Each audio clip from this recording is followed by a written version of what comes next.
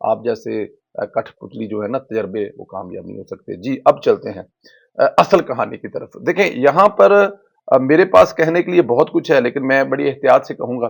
ایک کلپ ہے جو کہ سید شفقت صاحب جو ہے نا وہ بڑی دلیری سے انہوں نے یہ ویلو کیا ہے. میں ان کو سلام کرتا ہوں. الفاظ جو ہے نا ان کا اس میں چناؤ جتنا اچھا شفقت عمران صاحب نے کیا تھا، یہ شفقت عمران صاحب نے کیا نا، میرے خیال میں اس کے ساتھ کوئی انصاف نہ کر سکتا. شاید میں بھی نہ کر سکوں، میں بھی وہ لفظ استعمال نہ کر سکوں، کیونکہ یہاں پر بڑی احتیاط کا معاملہ ہے کہ لفظوں کا انتخاب بہت خوبصورت ہونا چاہیے.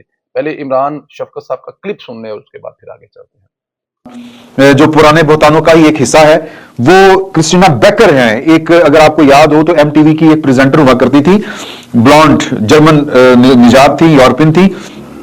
وہ کہتی ہیں کہ جی کہ 1994 میں انہوں نے، ان کی ایک کتاب ہے from M T V to Mecca, انہوں نے کچھ حقائق بیان کیے ہیں اپنی اس کتاب میں، اور انہوں نے فرمایا ہے کہ جی کہ 1994 میں عمران خان صاحب کے ایک ناجائز بچے کی ماں بننے والی تھی کہ عمران خان صاحب کے دباؤ کے اوپر میں نے وہ اسقاط حمل کروایا، اور وہ انہوں نے پوری کہانی لکھی ہے. وہ کہتی ہیں کہ جی کہ 1994 یعنی 1992 سے 1995 کے درمیان جو ہیں وہ لندن اور پاکستان دونوں جگہ کے اوپر وہ مقیم رہے، اکٹھے رہے، ایک کپل کے طور پر رہے، اور 1994 میں وہ پریگنٹ ہو گئی.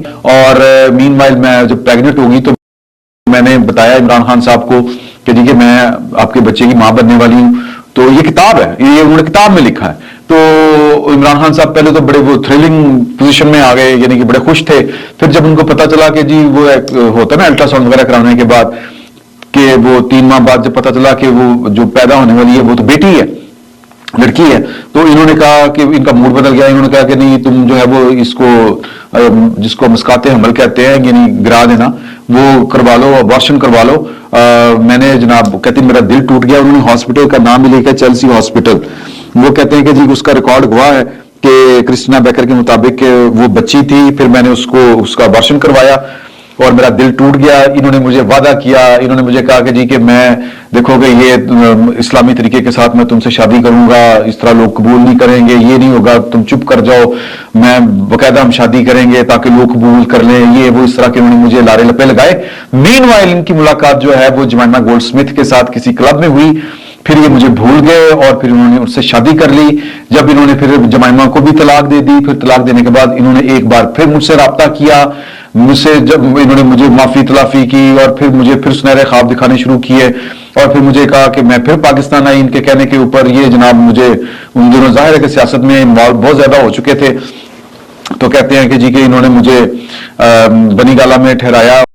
جی یہ کرسٹینا بیکر صاحبہ ہیں جو کہ ایم ٹی وی پر کام کرتی تھی، اور انہوں نے کتاب بھی لکھی تھی ایک جس کتاب کا نام تھا from M T V to Mecca. یہ فرماتی ہیں کہ 94 میں پہلے تو پورا کلپ آپ نے سن لیا ہے، لیکن پھر بھی یہ فرماتی یہ ہیں کہ 94 میں عمران خان کے ساتھ ان کے نیو یارک میں اور امریکہ میں جو ہے نا وہ ناجائز تعلقات تھے. لفظ ناجائز تعلقات کا اس لیے استعمال کر رہا ہوں کہ یہ ناجائز تعلقات تھے. ناجائز تعلقات تھے ان میں یہ جو کر رہی تھی، انہوں نے بتایا کہ ان کے ساتھ وہ رنگ رلیاں منا رہی تھی اور عمران خان صاحب بڑے خوش تھے ان کے ساتھ. انہوں نے ایک دن اچانک بتایا ان کو کہ جناب میں آپ کے بچے کی ماں بننے والی ہوں. اب یہ انہوں نے سب کچھ اپنی کتاب میں لکھا ہے. شفقت عمران صاحب نے اپنے پاس سے کچھ بھی نہیں اس میں بتایا. اس میں ہم یہ کہتے مطلب جو بھی ہے یہ ان کی کتاب میں ہے. ان کی کتاب کے کچھ چیزیں ہیں وہ بھی آپ کو دکھائی جا سکتی ہیں، جس میں انہوں نے جب یہ فرمایا کہ میں آپ کے بچے کی ماں بننے والی ہوں، اور عمران خان صاحب پہلے خوش ہوئے، پھر اس کے بعد ایک پروسیس ہوا اور پروسیس میں پتا چلا کہ وہ تو پھر ٹیریان ایک پھر بیٹی آ رہی ہے. تو پھر عمران خان صاحب بڑے ناراض ہوئے. انہوں نے کہا یہ تو بالکل مناسب نہیں ہے. پھر انہوں نے عمران خان صاحب نے ان کو بتایا کہ دیکھیں مطلب کہ میرے کلچر میں اس کو ایکسیپٹ نہیں کیا جائے گا، ہم اس کو ختم کرتے ہیں، اور اس کو ختم کرنے کے بعد پھر میں آپ کو دوبارہ اسلامی طریقے سے آپ سے شادی کروں گا. میرا کلچر جو ہے وہ ضرور آپ کو ایکسیپٹ کر لے گا. اگر اس طرح ہم لوگ عوام میں گئے تو پھر یہ کسی بھی طرح سے مناسب نہیں ہوگا، اور میرے لیے بھی مناسب نہیں ہوگا، تمہارے لیے بھی مناسب نہیں ہوگا. شاید تمہارے کلچر میں یہ سب کچھ جائز ہے لیکن میرے کلچر میں یہ سب جائز نہیں ہے، تو بڑے مسئلے پیدا ہوں گے. کہتی ہے کہ میں عمران خان صاحب کی باتوں میں آ گئی، لیکن اس کے بعد عمران خان صاحب نے مجھے جھنڈی دکھا دی. یہ ہے عمران خان صاحب کی اوقات. ایک بچی تو گھوم رہی ہے بغیر باپ کے نام لیے ہوئے، اور دوسری جو ہے آنے سے پہلے اس دنیا سے چلی گئی. ایسی کئی ہوں گی عمران خان صاحب کے، لیکن اب عمران خان صاحب نصیحتیں یہ کر رہے ہیں کہ اب آپ لوگ یہ لوگوں کو باتیں نہ بتائیں، بچوں پر برا اثر پڑے گا. جناب جب آپ یہ سب کچھ کر رہے تھے تو آپ کو ڈر اور خوف خطرہ نہیں تھا یہ سب کچھ جو آپ کر رہے تھے؟ بٹ اینی ہو، اس سے آگے جا کے وہ کہتی ہیں کہ جی اس کے بعد ان کی جمائمہ خان سے کہیں کسی کلب میں ملاقات ہوگی تو پھر یہ جمائمہ خان کو گھیر گھور کے شادی ان سے کر لی. لیکن وہ یہاں پہ رکتی نہیں بات. وہ کہتی ہیں کہ پھر اس کے بعد جب جمائمہ خان سے علیحدگی ہوگی تو اس نے مجھ سے پھر کانٹیکٹ کیا اور مجھے گھیر گھار کے پھر دوبارہ اس کے ساتھ میرے کانٹیکٹ ہوئے. مجھے دوبارہ پاکستان بلایا گیا، مجھے ان کے جاننے والے پاکستان لے کے آئے اور پھر مجھے بنی گالہ میں ٹھہرایا گیا.